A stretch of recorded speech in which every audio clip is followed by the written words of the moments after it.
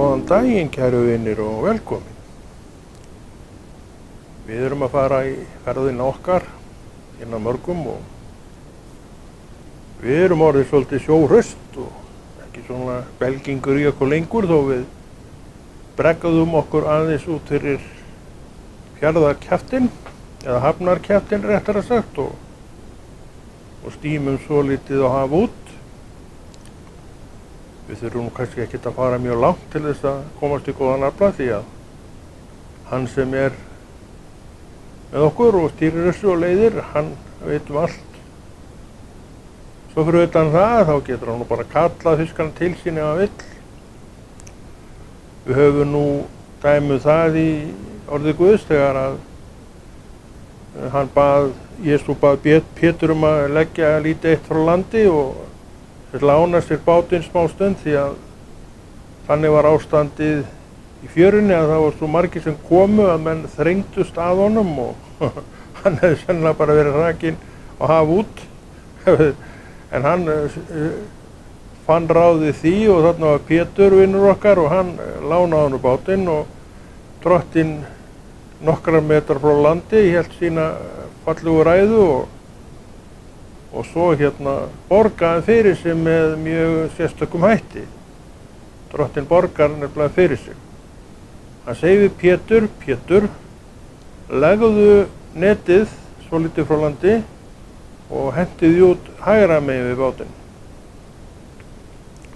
Ég veit ekki hvort að til síðst var að menn kastuðu vinstra megin út viðarfærinu en hann talar allavega hina aðferðina og kannski þetta líka vísbending það sé nú alltaf að breyta til svona inn á milli. Sumir reyndar hafa skýrt þetta ritningarstað út með þeim hætti en hvað Pétur segir fyrir nú að kvarta svolítið, við erum nú svolítið líki í því að kvarta. Við erum nú búin að vera að streða í alla nótt og við mikið fengið ekki orðið varir. En svo segir hann lykilsetningu sem við ættum líka að temja okkur og venjast við að gera. Hann segir, en fyrst þú segir það, skal ég leggja net mín. Og viti menn að netin fylltust fiski, það sagt frá því að þau hafi fyllst fiski. Sem sagt að netin, kannski ekki mjög stór, að þau voru bara 100% nýtt í þessu kasti. Og aflinn verður svo mikill að hann nær að drekkhlaða voru ekki 3 bátar. Og allt voru þetta sjómenn, fiskimenn sem höfðu verið að alla nóttina og ekki orðið varir. Þannig allt stefndi í það að þetta yrði kauplaus dagur hjá þessum ágætu mönnum. Og enginn fiskimaður finnst það nú góð skipti. En það gerðist heldur ekki þennan dag því að þeir fengu þann mesta afla líklega og mögulega sem þeir höfðu áður fengið í einum róðri og ég rekna með að afla hlutinu þeirra hafa nú verið bara nokkuð góður. Ekki hjá þeim eða Pétri einum heldur þessum 3 bátum sem fengu afla af úr þessum netum sem var meira heldur nokkuð tíman einn bátur gat borið. Og það voru 3 sem fengu afla. Og 3 áhafnir því einhvað sem fekk góðan hlut í dag. Og það er einmitt þetta sem við megum vænta.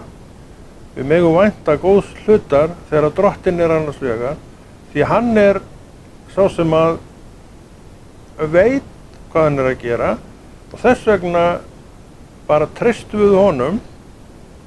Erum ekkert að hlutast til stefnuna sem hann fer í hverjum róðri, heldur bíðum við bara spennt eftir því að hann komist þangað sem hann ætlar að koma og þar byrjar veiðin, í okkar tilviki bara næringin, trúarleg næring og hún kemur til okkar með einum öðrum hætti í dag með þessari aðferð eða þessum orðum.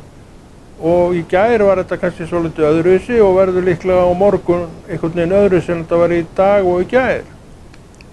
Þetta er svona hjá drottni, það er við þessum hætti sem hann vinnur og þeir sem að koma fá hlut af aflanum, rétt eins og Pétur, hann sagði já, fyrst að þú segir þetta, þá skal ég gera það. Og svo fengu hinir líka sem voru þarna með og þeir sáu að þeir voru í vandræði með allan hann afla, þannig það var ekkert annað að ræða en koma fyrir þá. Og það sem þeir fengu borð í sinn bát, eins og nú á þessu þegar svona laga gerist, þá eiga þeir afla. Það eins og á nótinni, þegar við vorum á nót hérna í gamla daga, þá kom fyrir að menn gæfu úr nótinni, úr kastinu sem þeir fengu og þeir voru fylltu bátinn sinn og svo var kannski hellingur eftir segjum það. Þá var kallað til bátur og hann stakk dælunu ofan í pokan, nótarpokan sem kannski við vorum með og kannski fyllti sig, eða þetta var það mikið, þá átti sú áhöfn þann afla en ekki við að neinu leyti þó við hefðum aflað hans. Þannig eru býttin í þessu. Þannig ég reikna alveg með því að sama hafi gilt á þeim tíma að þeir sem að fengu aflan hinni bátarnir að þeir hafa bara áttan fyrir sig og fengi hlut úr þeim afla eins og reglur gera ráð fyrir. Svona er drottinn. Hann er örlátur og hann borgar fyrir sig.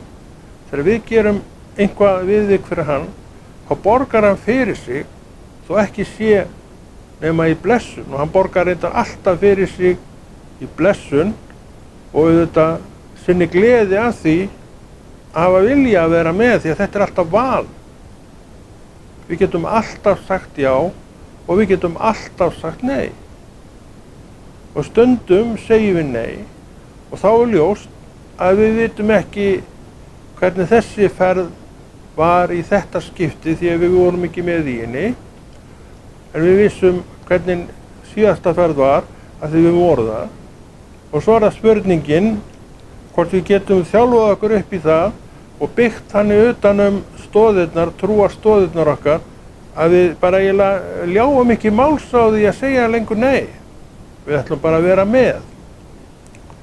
Þá held ég við séum komin á nokkuð góðan stað því að það er það sem að trúin, það er ekki spurning það, þetta er það sem trúin vill ná fram með því sem hún er að gera, með því sem hún er að kenna, með orðanum sem hún hvetur mig og þau til þess að lesa og skilningur sem að andinn heilagi gefur, sem að tekur utan þetta allt saman og orðið nei er nú kannski alltof oft sagt, en samt svona hugsaum við okkur kannski allavega stundum orðum hvort rétt sé að segja nei.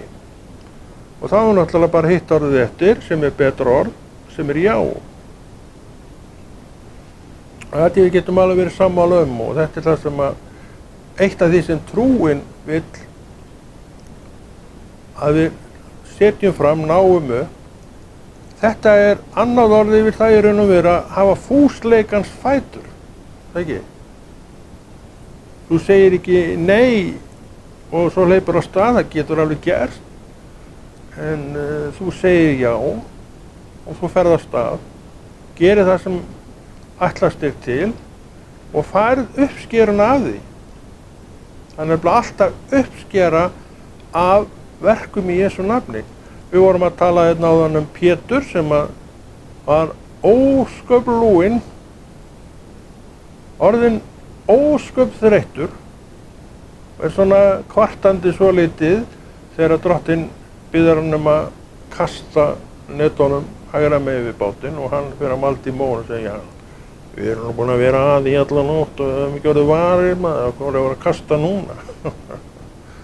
Drottinn bara, hann er drottinn og hann bara kallaði á fiskana. Fiskar komið, hann Pétur ætlar að fara að kasta netinu sínu og þeir komu. Og ekki einn eða tveir, svo margir stórir fiskar var sagt. Að fylltust 3 bátar sem allir höfðu verið sama svipuðum slóðum og Pétur, streðað alla nóttina líklega og ekki fengið ugga frekar en Pétur greið og þeir bara sitja uppi með fullan bát. takk fyrir. Þetta er auðvitað hvatning til mín og þín að hlýða Drottni, vera undir hans náð og miskunn, og það er alltaf ávinningur af því. Og hver var í raun ástæðan fyrir því að Jesús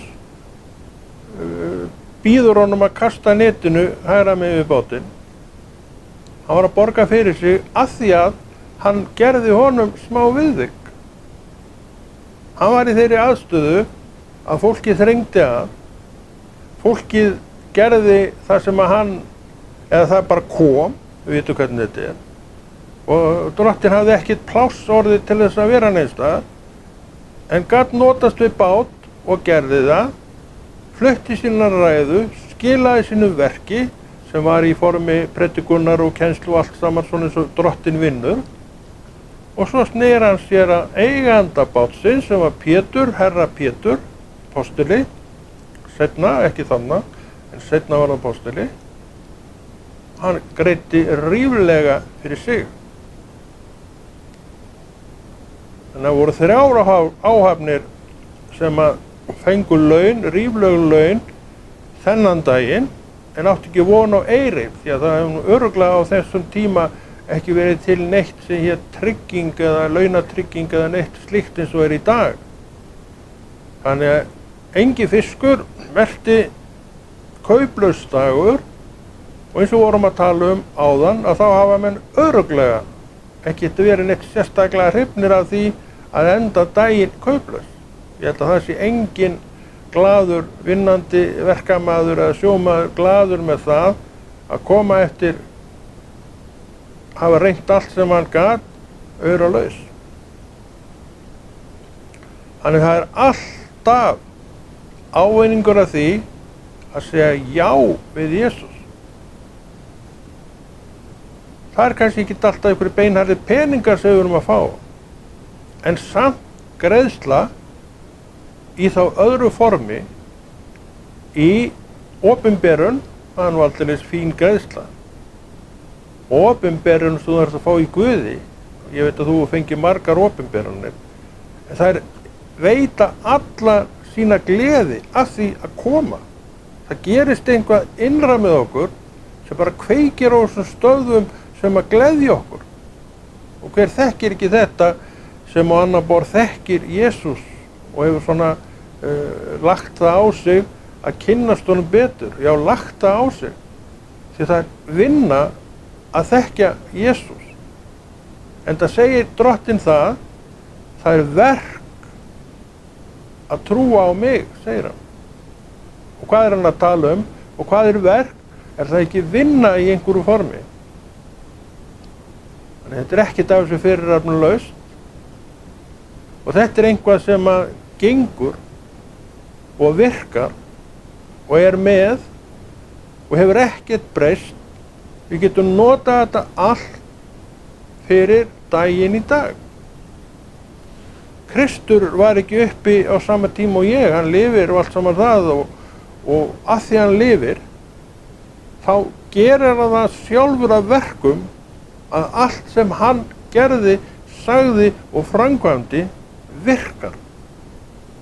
Núna í gegnum mig og þig sem hann miskunnaði sig yfir, náðaði inn í ríkið sitt, gaf trú og fór svo að nota og við að eflast og verða reyndar í trúnni að því sem við vitum og þekkjum úr orðinu. Og við því erum þetta fólk sem að hann segir sjálfur að gera meiri verk heldur en Kristur gerði, og fannst okkur alveg vera nóg það sem hann gerði.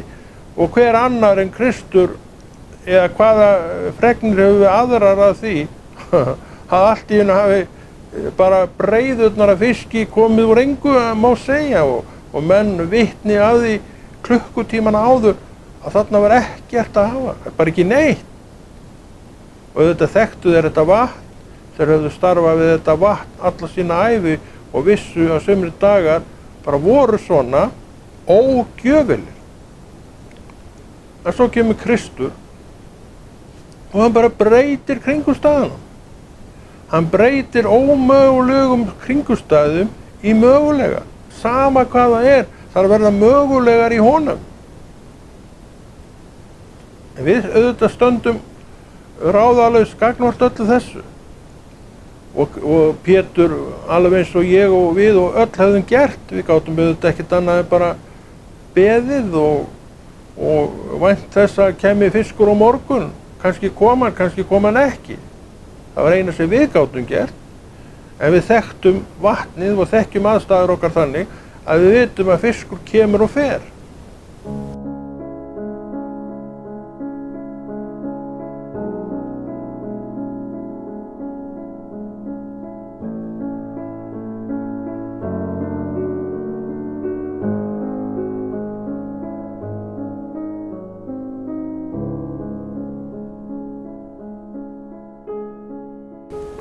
Og stundum mikill fiskur sem veiðist og stundum veiðist minn og stundum ekki neitt. Þetta alltaf verið sama gangurinn í þessu. En þetta lítur ekkert af þessu, með öðrum orðum, Kristur ekki bundinn af neina af þessu. Það bara kallar á fiskana til að þess að netin hans Péturs fái nú eitthvað í sig. Og við munum líka eftir sögunni denarinn, þegar strákarnir spyrja hann hvort að þeir eigi að borga fyrir sig, ég man ekki hvert þeir voru að fara, eitthvað hann sagði, að til að alls réttlæti sig, hann tók reyndar af mynd af ákveðnu ferli að konungssonur er sá sem konungs, hann á ekki að borga niður skatt eða hvernig það var, ég man ekki alveg hvernig þetta var. Svo segir hann, en til að alls réttlæti sig gætt, þá sagði hann við, var það ekki Pétur aftur, eða var það einhver annar? Farðu niður á vatni og dýfðu öngli í sjó og fiskurinn sem þú færð, fyrsti, hann mun vera með upp í sér einn denar. Svo sagði hann, taktu þennan denar og greiddu fyrir mig og fyrir okkur. Og þessi ágæti ungi maður, þetta voru allt ungir menn, gerir sem drottinn býður.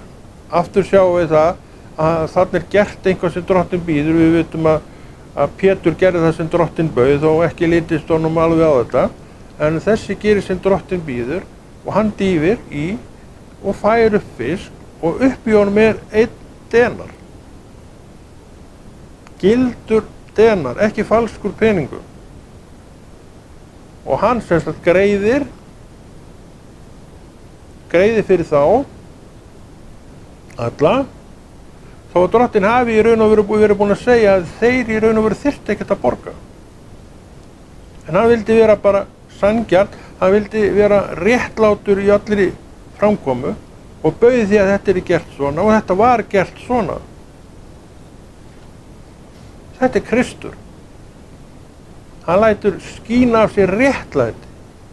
Jafnvel gerir það sem hann kannski þarf ekki strangt til tekið að gera til þess að þetta svona stuði ekki fólk með þeim hætti að það gerist eitthvað í kringu það sem alveg geti gerst.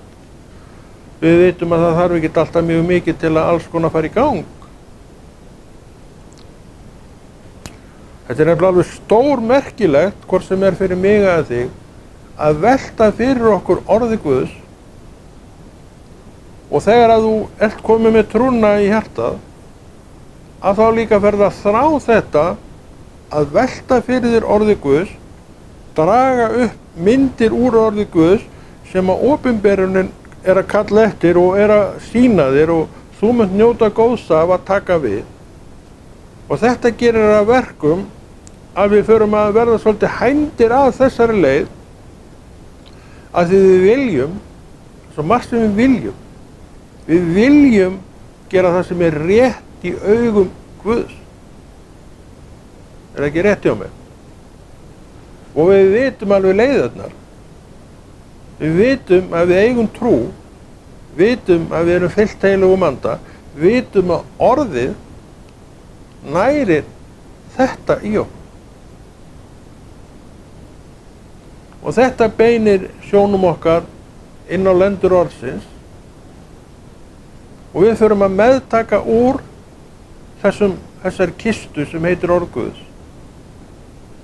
Og við förum að sannfærast það æ betur og oftar að það sem þarna er það sem gildir.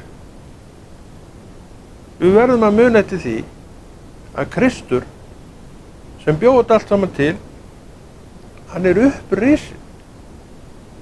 Og hvað merkir það? Hann sér til þess sjálfur að allt sem hann hefur sagt, lagt til og gert heldur áfram að gerast fyrir sinn kraft. En ekki auðvitað með sama fólki því að kynslóðarnar koma að fara, en kynslóðarnar koma. Og hann tekur svo marga úr hverri kynslóð til þess að nota fyrir sig, til þess að trúin haldi áfram að vera til á jörðinni. Hann sér þetta allt. Þannig að þetta snýst ekkert mig og þig, nema snýst mig og þig að því leyti til að ég og þú, við leyfum Drottni að nota okkur á meðan við erum. En við vitum að einn daginn þá förum við. En Kristur verður áfram það sem hann er. Það að segja, ef hann verður ekki kominn áður en að ég og þú förum, við vitum ekkert það, að segja frá því að þennan tíma viti enginn, en einhverji verða þá uppi, einhver kynslóð verður uppi þegar Drottinn kemur og verður vitni að því með honum hvað gerist. Þetta svona leyndardómur sem að Drottinn vill líka við ígrundum og vitum umfram allt af því okkur, ef við eigum að vita af þessu. Hann segir sjálfur að við séum ekki fólkið sem fáum allt í dæmisögum sem að við bara hristum höfuðið yfir vegna þess að við botnum ekki upp eða niður í þessum dæmisögum. Við fáum dæmisögurnar, rétt það, en útskýringuna líka. Það munurinn á Guðsfólkinu og hinu sem enn ekki komnir inn fyrir. Og það eru margar hvatningarnar sem sjáum á í orði Guðs boðunina. Þetta ein hvatningi sem gæti verið á okkur að boða að sem sagt að fleiri komist á þann stað að því verði upplokið fyrir fólkinu hvað hann á við með þessum orðum og hinum. Og við skiljum og skiljum ekki hvers vegna hann segir að þeir sem eru fyrir utan fái allt í dæmisögum og náttúrulega botni ekki neitt í neinu. En svo segir hann við mig og þig, en þér fáið útskýringuna. Af hverju? Erum við þá svona merkileg? Það veri ekkert neitt að tala það. Nei, hann miskunnaði sig og hann dró okkur yfir línuna til sín og þar þetta allt. Eins og vorum að tala áðan, það veri miklu réttari viðbrögð ef við fengjum þá hvatningu upp í okkur að boða, sækja fólkið til þess að það nyti góðst af því sem að við erum að fá. Svo fyrir utan það, náttúrulega, það skemmtilegra auðvitað að geta talað við fólk, menn og konur, sitt sín helstu mál. Og hvað okkar helsta mál sem eigum Jesú? Það ekki trúin? Það ekki orð Guðs? Það ekki að lofa Guð? Blína á Guð? Benda á Guð? Hvetja menn til þess að horfast í augu við Guð? Ég held að það sé bara hvatningana. En til þess að þú getir þetta, þá þarftu náttúrulega fyrst að sjá þetta. Og hver gefur þér að sjá? Sá sem skóp himinn og jörð. Og skóp þig og skóp mig. Sá sem kallaði á fiskana til þess að Pétur gæti veitt þá. Sá sem gerði svo ótal margt sem margt fólk naut góðs af. Allt saman vegna þess að það til eitthvað í heiminn sem heitir trú. Ég held að það sem í raun og veru fékk Pétur til þess að gera þetta, því hann var nú kannski svona stífur maður, Pétur, bendur margt til þess, það skiptir ekki máli, við erum mörg stíf. En hann vissi þó það, eitthvað í honum fékk hann til þess að játa það, þarna væri einhvað sem væri betra að segja já við. Og hann sagði, já, ég skal gera það, fyrst þú segir það. Og við vitum, hann fór nú aldeilis ekki hallloka úr þeirri játun. Þetta er að játa sannleikan. Þetta er að vera undir hæli sannleikans. Og það er einmitt sá hæll sem við viljum vera undir. Ef við viljum vera undir einhverjum hæl, sem nú kannski ekki endilega það sem við viljum, en við viljum vera undir sannleikanum.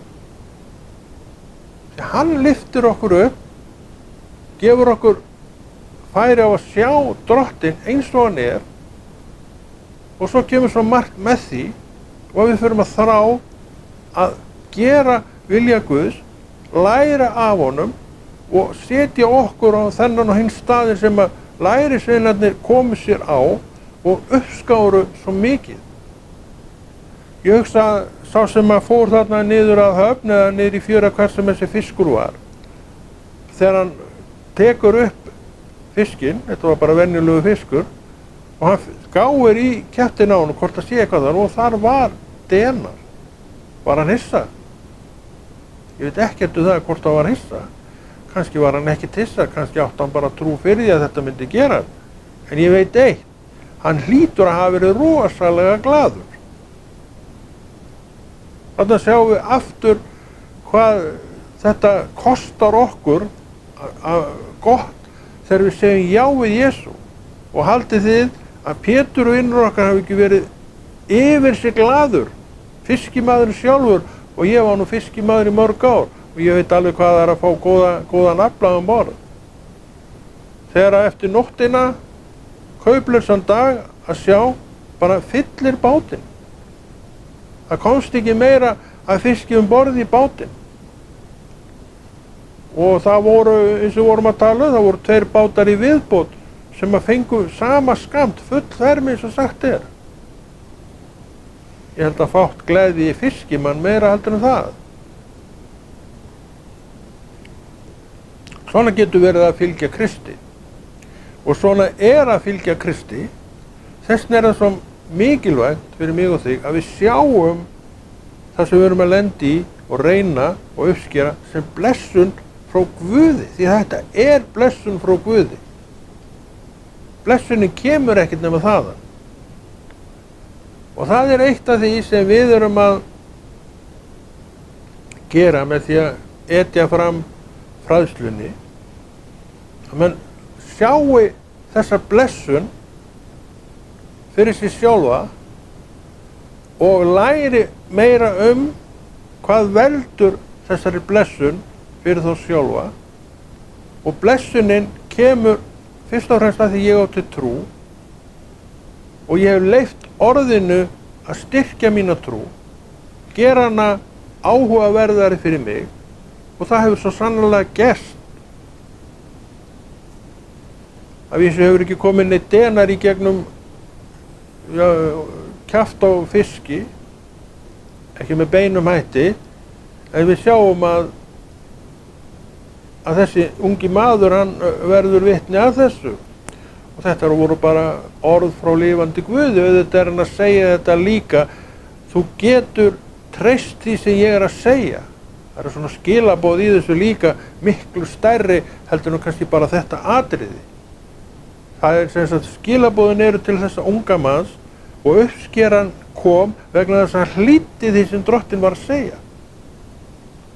Og hinn skilaboðin eru af sama toga.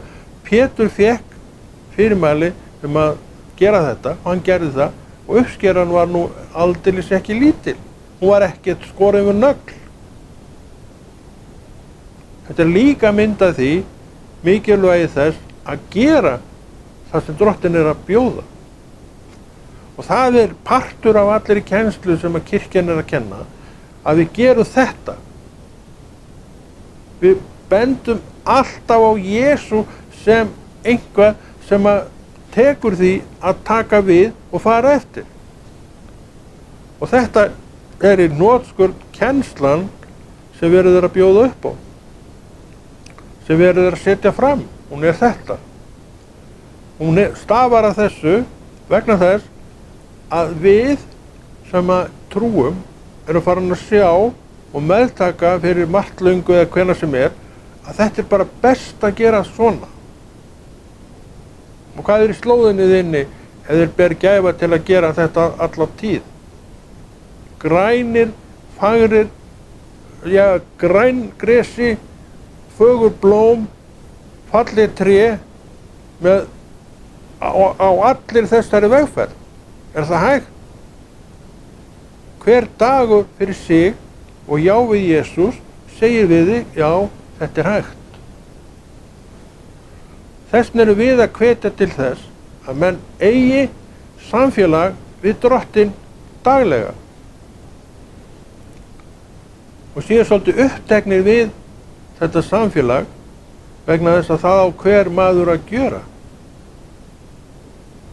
Og sá sem með sjálfan sig á þessum stað fyrst og fremst, og það staðurinn, við engri hrösun hætt. Af hverju? Hann í varðveislu Drottins og veit af því að vera í varðveislu hans. Af því að hann mætir til fundar við hann á hverjum einasta degi. Kannski ekki klukkutímum saman, kannski bara nokkra mínútur, en hann mætir einhver staðir í deginum til að vera í þessum samfundum. Sumir gera það kannski bara leið og þau vakna. Kannski fyrsta verk á þeirri gera nokkuð annað að lesa svo lítið í orði Guðs, og sumir gera meira, þeir lesa og svo biðja í smá tíma, svo hefst vinnudagurinn.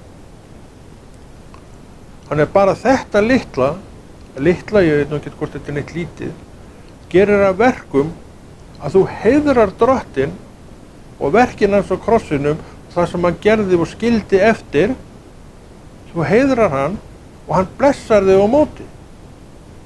Og svo ef hann vill, sýnir að þér slóðina að baki og þú sér bara fegurð og svo meiri fegurð og enga bletti svona sem að þér líst nú ekkert á að séu þarna. En þeir geta alveg verið þarna með ef við uggum ekki að okkur, ef við gætum ekki að okkur, ef við gætum ekki að því sem við erum að gera. Og þetta auðvitað undirstrikar það að trúin grafalvarlegt mál. Og það auðvitað mín bæn og vonandi þín bæn líka, að enginn sé neitt að leika sér með trúna, því að þú nærði aldrei neittni alvöru út úr því ef þetta svona bara stundum og stundum ekki hjá þér. En ég veit alveg hvað það að vera maður, því ég það sjálfur. Og ég veit alveg hvað getur gripið hvort sem mig og já líklega þig, að því að grípur mig. Að því það getur gripið mig, þá trúi ég því nú að það getur gripið aðra líka. En ég trúi því þá á móti að séu við bara gefin Guði, það hægt, þá sé það bara hlutskipti okkar að vera undir náð hans og blessun og vegurinn framundan sléttur og beinn, alveg eins og í slóðinni Það heldur bara áfram. Og hver ræður því? Ég ræði einn, hvort svo verði. Drottinn tilbúinn, hann reiðubúinn. En svo segir hann líka, en andinn reiðubúinn, en holdið veikt. Það þetta hold sem við erum alltaf að glíma við. En við höfum sigur yfir holdinu. Og það einmitt það sem við erum að hvetja menn til að vita af. Sigur yfir holdinu merkir það að þú ert gefinn lifandi Guði. Ok? Þú ert gefinn lifandi Guði. Og, hvað ég búinn að tala lengi? Ég segi þetta bara gott í dag. Það var allavega góð kennsla sem við fengum í dag og Konráð Rúnar Hreiðarsson þakka fyrir sig og heldur þessu góða verki Drottins áfram. Í Jesú nafni.